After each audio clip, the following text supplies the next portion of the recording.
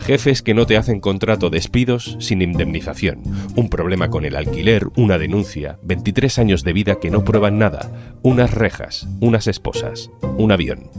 Soy Juan Luis Sánchez. Hoy en Un Tema al Día. Desahucio, CIE, deportación. El día que se llevaron a Marta.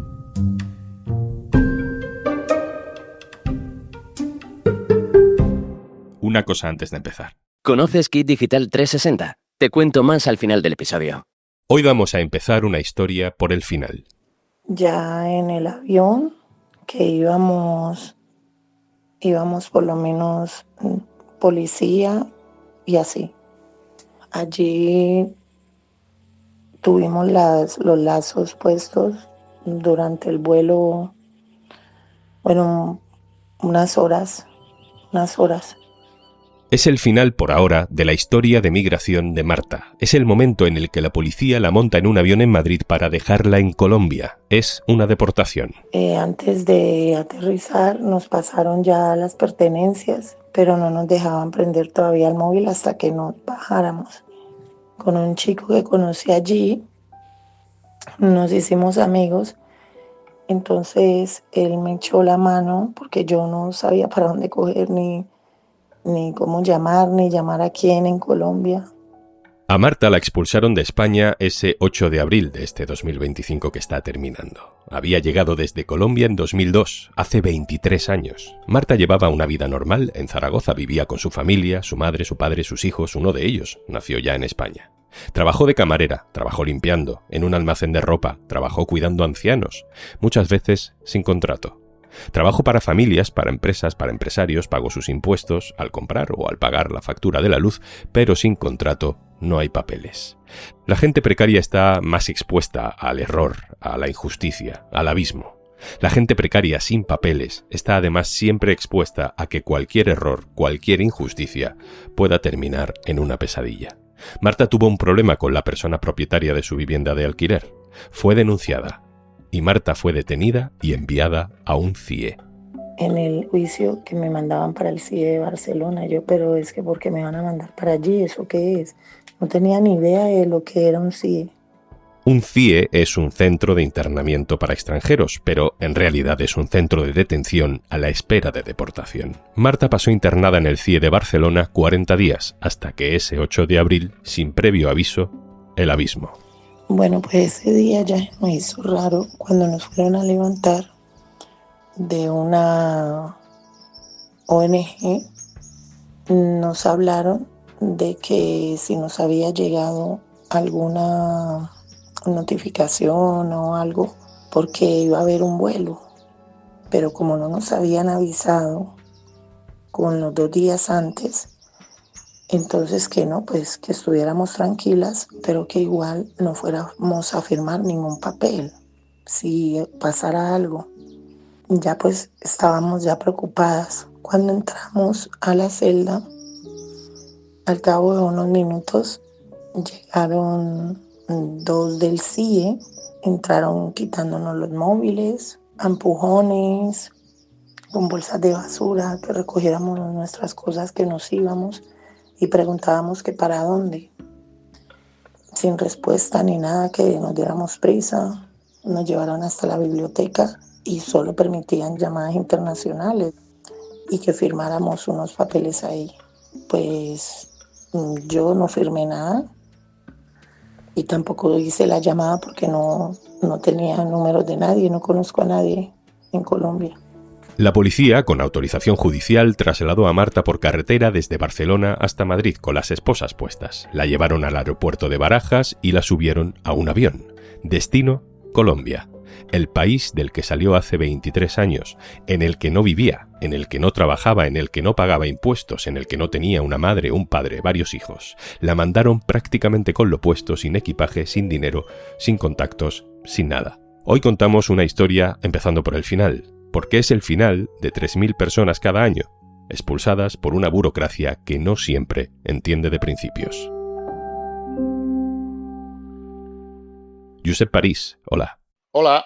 Josep París es periodista. Esta historia que nos trae de Marta forma parte de una investigación becada por los premios Montserrat Roig de Barcelona. Josep, en todo este tiempo en España, Marta había intentado conseguir la residencia aquí, ¿no? Había intentado conseguir contratos de trabajo, dejar un rastro burocrático administrativo para poner en marcha el permiso de residencia, ¿no?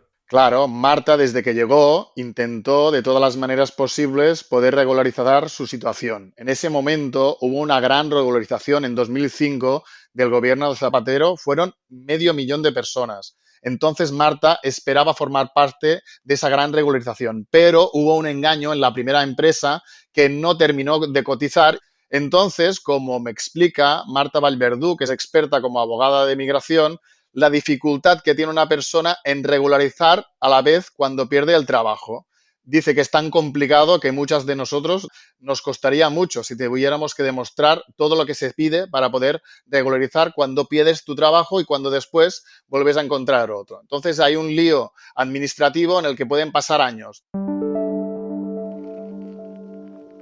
Josep, ¿cuál es el hecho que desencadena su expulsión? ¿Por qué la detiene la policía y se la lleva a un CIE, una persona que lleva 23 años viviendo en España? ¿Es una suma de procesos fallidos? ¿Es porque no hay contrato y por tanto no tiene papeles? ¿Porque no ha cotizado? ¿Porque no tiene el empadronamiento? ¿Hay algo puntual que dispare la expulsión? En el caso de Marta, igual como el de muchas otras personas ahora mismo en España, el problema fue un desahucio. En su caso, tuvo un problema con la persona propietaria, pero en el momento del desahucio hubo un cambio de fecha que no se le notificó, ella lo desconocía. Cuando volvió de madrugada con sus hijos a su casa, se encontró con las persianas, por ejemplo, un poco subidas. Ella intentó, digamos, forzar la puerta porque no entendía cómo no podía entrar y no podía. En ese momento, algún vecino vio esa situación, llamó a la policía y ahí la policía la terminó denunciando porque estaba entrando en una casa que supuestamente no era la suya. Ese fue el mazazo final, porque ahí es cuando la policía abrió el informe policial, se vio que no tenía los papeles y ha hecho todo el recorrido que finalmente termina en el centro de internamiento de extranjeros. El gran problema para Marta es que, a pesar de poder demostrar todos esos años en España, tanto el informe policial, la juez, la fiscal y el abogado de oficio no aceptaron que tuviera ese recorrido, porque igual el papel que presentas no es el adecuado, porque igual la vista es muy rápida, porque igual la jueza no acaba de comprender por qué no tienes los papeles después de 23 años, no quiere aceptar que esa situación se pueda dar y todo provoca que termines en el CIE donde solo 60 días tienes que demostrarlo tu arraigo. Si en esos 60 días el papel te falta, no te llega, no lo acaban de enviar, vas a buscarlo pero no tienes tiempo, ya está. Marta llevaba aquí, lo volvemos a decir, 23 años. Y en España está su madre, sus 3 hijos, y uno de ellos ha nacido en España. Y no podemos evitar pensar que el concepto de arraigo parece que aquí no ha valido nada, ¿no? Es decir, ¿cómo puede ser que con esos elementos no se haya podido demostrar que esta persona no merecía ser expulsada con esa rapidez, con una familia que está dejando atrás? ¿No se ha tenido en cuenta? Tenemos que comprender cómo funciona la expulsión de una persona que tiene que pasar por el CIE. Una vez la policía encuentra a una persona que igual no tiene los papeles en regla, se la lleva ante el juez. Pero ese ante el juez igual nunca llega a pasar. La persona llegará ante un mostrador donde encontrará al funcionario policial, la acompañará a la abogada de oficio que la acaba de encontrar, no se conocen, acaban de tener una pequeña conversación de algunas frases y esa persona en el mostrador le hará unas cuantas preguntas. Ese informe, igual con el policial, se enviarán al juez y al fiscal, que a partir de eso, y seguramente con mucha rapidez, toman una decisión. El informe policial muchas veces no tiene toda esa información. Igual no se acaban de creer su historia o esa información igual es una información sesgada con algunos datos, pero no los suficientes. Igual esa persona, además, no se expresa bien en español. Entonces, ese informe es el que provoca que finalmente el juez, y eso ya depende de cada juez, claramente como pasa en todos los juicios, algunos pueden internar con la misma información y otros pueden dar la libertad con la misma información. Así que, para que se pueda entender, esta es la situación que vive alguien que van a internar en el CIE. Decía Marta, yo no sabía lo que era un CIE. ¿Qué se encontró Marta? ¿Qué se encuentra una persona cuando entra en uno de estos centros, Josep? para poder entrar dentro, al final, es una reja propia de una cárcel. Solo pueden entrar la Policía Nacional y los internos. Y entran en un espacio carcelario donde tienen horarios muy estrictos. Las personas por la mañana tienen que bajar a almorzar, salir de unas estancias que son habitaciones donde puede haber 4 o 6 personas y tienen que salir a una hora concreta. Si no salen, pueden, en algunos casos, y son testimonios en los que yo he hablado, puede ser que se les bofetee, se les insulte o hasta que vayan a celdas de aislamiento, como le pasó a una persona musulmana que estaba haciendo el rezo en el momento exacto cuando tenía que bajar a almorzar, no escuchó a los policías y se le encerró en una celda de aislamiento.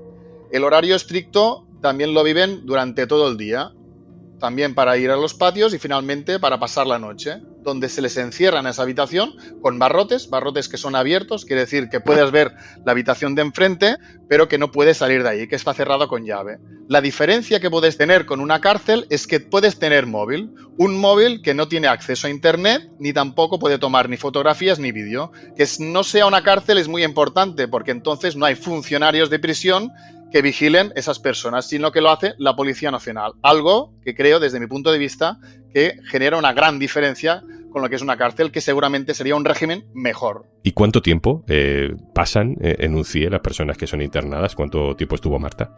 Marta estuvo más o menos unos 40 días. Puedes estar en el CIE solo como máximo 60. Ese tiempo es clave porque si la policía no ha conseguido preparar un vuelo, no ha conseguido expulsarte durante ese tiempo, sales otra vez en libertad. En el caso de Marta, la principal vulneración de su caso es que no se la avisó ni con 24 ni 48 horas. Si no se avisa en 24 o 48 horas, las personas no pueden ni llamar a su propia familia si no tienen dinero. Cuando llegan a ese país o continente, con el caso de Marta, no tiene nadie, no sabes ni dónde puedes pasar esa primera noche. Entonces, en el artículo también explicamos cómo la jueza de control ya fue alertada, gracias a una entidad, que esa situación ya había pasado. Y la jueza de control hizo un requerimiento al director del centro pidiendo que esa situación que no pasara más y lo que le preocupaba es que fuera sistemática. Entonces, viendo el caso de Marta, es que parece que se expulsa a personas en el CIE de Barcelona y seguramente en el resto de España sin hacer el aviso de 24 o 48 horas antes. Josep, los CIE son lugares opacos, no sabemos mucho de lo que pasa dentro, así que nos tenemos que guiar por los testimonios. Marta, en su relato, nos cuenta episodios de violencia psicológica, incluso física, humillación. No existe ningún tipo de acompañamiento más allá de los policías dentro de estos centros de internamiento para gente que no ha cometido ningún delito. Sería interesante que existiera esa supervisión. En este caso, hicieron una gran expulsión masiva con muchísimas personas, pero con muchísimos efectivos. Había autobús, varios coches, decenas de policías para poder trasladar a tantos internos. En el caso de Barcelona eran 15. Cuando salimos, habían coches de policía, habían furgones, autobús, era una caravana. Y yo fui con otra compañera en un coche. Esas personas pararon en Zaragoza, donde se les dio comida, después en Madrid también se les dio cierta comida. Depende de la mirada, podrías decir que se ha hecho una expulsión de forma perfecta. Nos dieron un agua y un bocadillo. Ahí me dejaron entrar al baño, pero esposada. Yo tenía mi regla es abundante, y pedía ir al baño a cambiarme. Y me dijeron que no, que me hiciera ahí en el coche. Entonces, para mí era incómodo cómo me iba a cambiar una compresa esposada. Y no fue el caso de Marta, sino que vivía una vulneración al pensar que esa persona tenía que llevar las esposas, a pesar de no tener ningún tipo de antecedente, durante tantas horas. Bueno, llegamos a Madrid luego. Todo el tiempo fuimos esposadas con el cinturón de seguridad de ellos es muy brusco, o sea, todo el tiempo íbamos así, sin podernos mover. Yo iba con unos cólicos terribles, dolor de espalda, de todo, las muñecas, las manos, las tenía súper inflamadas porque pues estaba muy apretada, pero no, Era imposible hablar con ellos, no te contestaban nada y si te contestaban mal. Josep, terminamos. Nos has contado que ahora Marta está en la ciudad de Cali, en Colombia, a miles de kilómetros de su familia, de sus hijos. ¿Qué sabemos de ella ahora mismo? ¿Qué planes tiene? ¿Cómo está?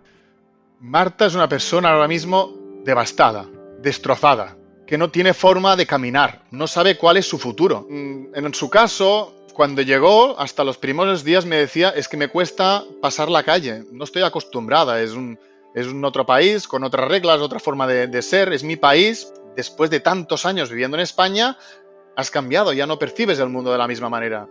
Entonces le cuesta adaptarse de nuevo a esa realidad, le cuesta vivir con una parte de inseguridad porque ahora mismo, sin dinero prácticamente, vive en una zona complicada de Cali. ¿Qué tiene que hacer? ¿Empezar una nueva vida en un continente distinto? ¿Cómo puede volver otra vez? En cómo volver, la manera de hacerlo, pero no lo encuentra. No encuentra un abogado o una abogada que pueda ayudarla igual a limpiar ese expediente de expulsión. No sabe ni si es posible y desde ahí lo que pueda intentar es sobrevivir. Pero nos podemos imaginar que el pilar de una familia de 3 hijos y madre ahora mismo ya no está. Esa familia está rota. Josep París, periodista, investigador en derechos sociales. Gracias por contarnos esta historia. Muchísimas gracias a vosotros para dar la oportunidad de poderla explicar.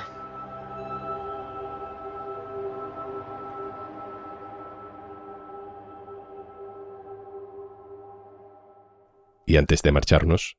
Kit Digital 360 es un portal que ofrece una mirada completa sobre Kit Digital, donde puedes consultar los principales datos del programa. Kit Digital es una iniciativa cuyo objetivo es mejorar la digitalización de pymes y autónomos. Entra en kitdigital.red.es y descubre el impacto del programa en pymes y autónomos. Kit Digital es un programa del gobierno gestionado por Red.es. Colabora Cámara de Comercio de España. Financiado por la Unión Europea. Next Generation. Plan de recuperación. Gobierno de España. Esto es Un Tema al Día, el podcast del diario.es. Si te gusta lo que hacemos, necesitamos tu apoyo. Hazte socio, hazte socia en eldiario.es/Un Socio al Día. Este podcast lo producen Carmen Ibáñez, Marcos García Santonja, Lucía Martínez y Izaskun Pérez. El montaje es de Pedro Nogales. Yo soy Juan Luis Sánchez. Mañana, otro tema.